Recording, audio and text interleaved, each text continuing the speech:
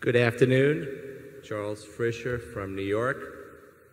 In the last 18 months, the company has allocated at least $1 billion to 4 or 5 publicly traded companies. Berkshire has an abundance of capital and a scarcity of ideas.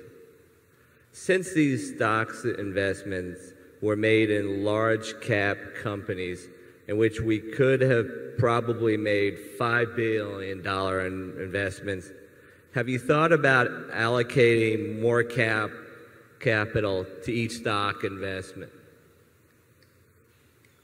Yeah, we do think about that, obviously. And there's certain ones that we have added billions of dollars to that we already had substantial positions in a couple years ago.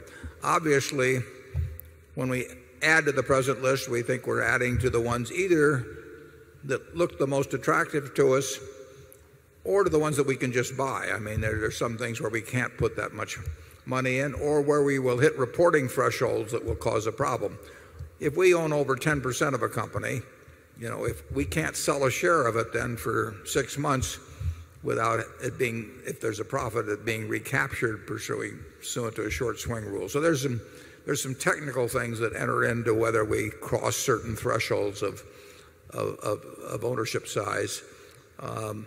But if you look at the portfolio at the end of 2007, you're going to see that certain positions in there from 2006 have probably been increased by billions of dollars, and that's always something that I'm considering and Charlie's considering. We like to add to present positions. I mean, those are companies we know, understand, obviously like to some degree, and if the price gets reasonably attractive and we got money around, we will add. If we can find a good business to buy, we will sell the least attractive. Charlie? Yeah, it isn't as easy as it looks to buy these big positions. When we were buying Coca-Cola, we were buying every share we could with 30 or 40% of the daily trading. Yeah.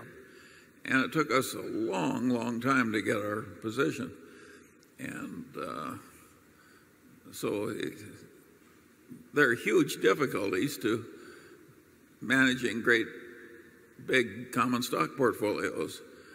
We like it way better when we have those problems now than we liked it when we didn't have them early. But it does make it much harder. We have no easy way of moving these elephants around. In general, we think we usually can buy something like 20% of the daily trading volume and feel that we're not causing the price to be violently different than it would have been